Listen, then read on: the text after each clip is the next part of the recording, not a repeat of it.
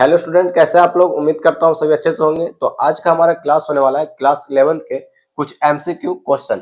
तो जैसा कि आप सभी को पता होगा, क्लास 11th का चैप्टर 1 हमने कंप्लीट कर लिया है। तो चलिए अब उसके एमसीक्यू क्वेश्चन को समझते हैं। तो सबसे पहला क्वेश्चन है हमारा, निम्न में से कौन सा जीवों का लक्षण नहीं है। निम्न में से कौन सा जीवों का लक्षण नहीं है। तो पहला ऑप्शन है हमारा वृद्धि। तो वृद्धि क्या है? वृद्धि जीवों का लक्षण है। तो इसमें क्या पूछा गया? जीवों का लक्षण नहीं है। तो वृद्धि क्या? तो वृद्धि नहीं है, ठीक है। और दूसरा है उपापचय यानी मेटाबॉलिज्म। तो मेटाबॉलिज्म क्या होता है?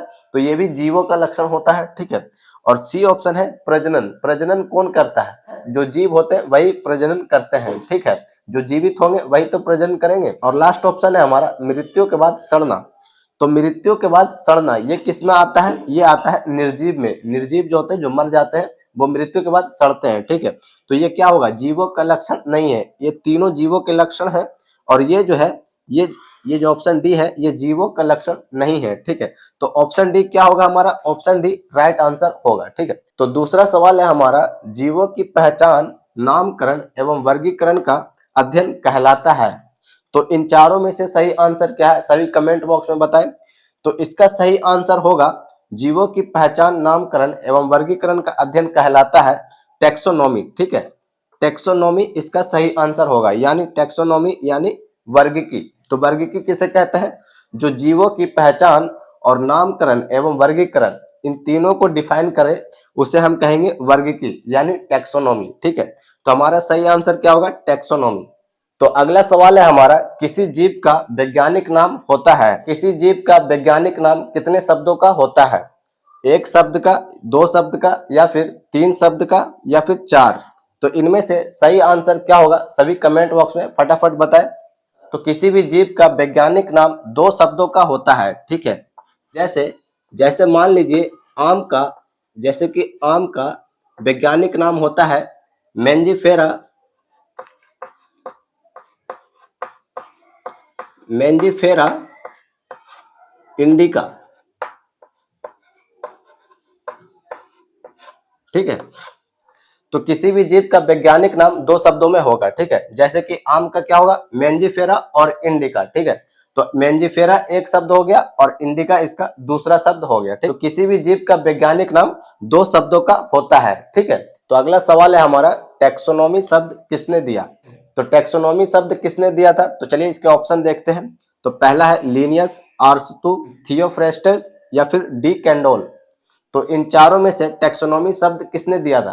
तो इन चारों में से टैक्सोनॉमी शब्द डी कैंडोल ने दिया था, ठीक है। डी कैंडोल, टैक्सोनॉमी शब्द किसने दिया था? डी कैंडोल ने, ठीक है। तो इसका सही आंसर क्या होगा? Option D. ऑप्शन डी इसका सही आंसर है, डी कैंडोल। टैक्सोनॉमी शब्द डी कैंडोल ने दिया था, ठीक है। तो चलिए अब आगे समझते हैं। तो अगला सवाल है हमारा, द्विनाम पद्धति किसने दी? तो इंग्लिश में कहेंगे इसे बिनोमियल नोमेनक्लेचर किसने दी? तो चलिए इसके ऑप्शन देखते हैं। तो पहला ऑप्शन है डार्विन, लीनियस या फिर व्हीटेकर या फिर हैकल। तो इन चारों में से द्विनाम पद्धति किसने दी थी? तो इसका सही आंसर होगा ऑप्शन बी। ऑप्शन बी इसका सही आंसर होगा, लीनियस। लीनियस के द्वारा द्विनाम पद्धति दिया गया था, ठीक है। द्विनाम पद्धति किसने दिया था? तो लीनियस ने दिया था, ठीक है। लीनियस ने दिया था।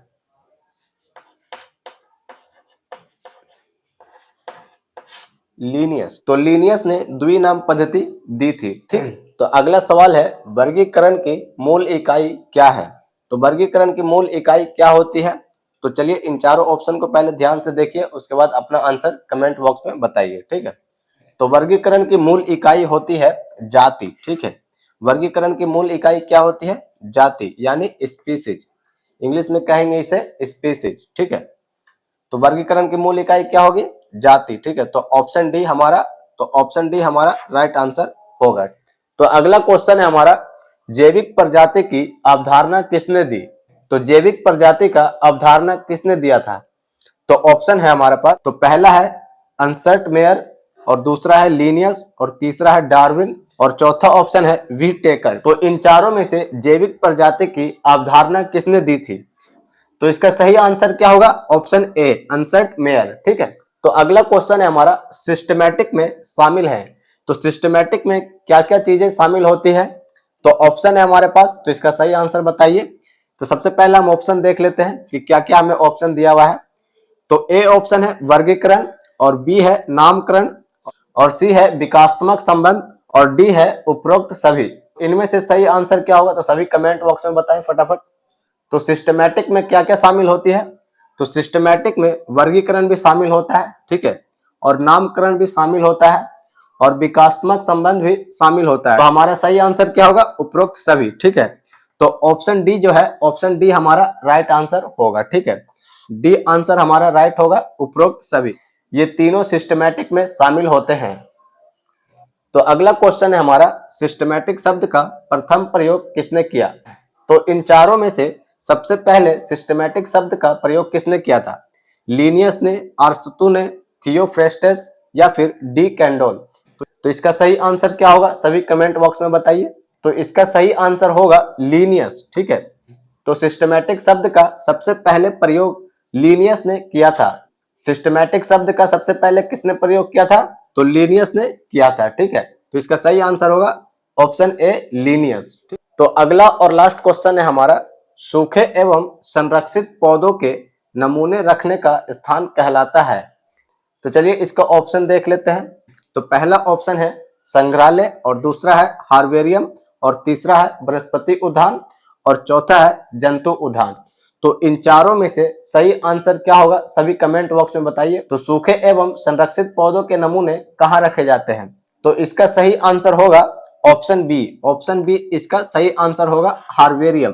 तो सूखे एवं संरक्षित पौधों के स्थान हार्वेरियम कहलाता है। तो इसका सही आंसर होगा ऑप्शन बी हार्वेरियम, ठीक। तो उम्मीद करता हूं आपको ये वीडियो पसंद आया हो। तो वीडियो अच्छा लगे तो लाइक करें, अगर चैनल पर नए हैं तो चैनल को सब्सक्राइब करें ऐसी एजुकेशन वीडियोस के लिए।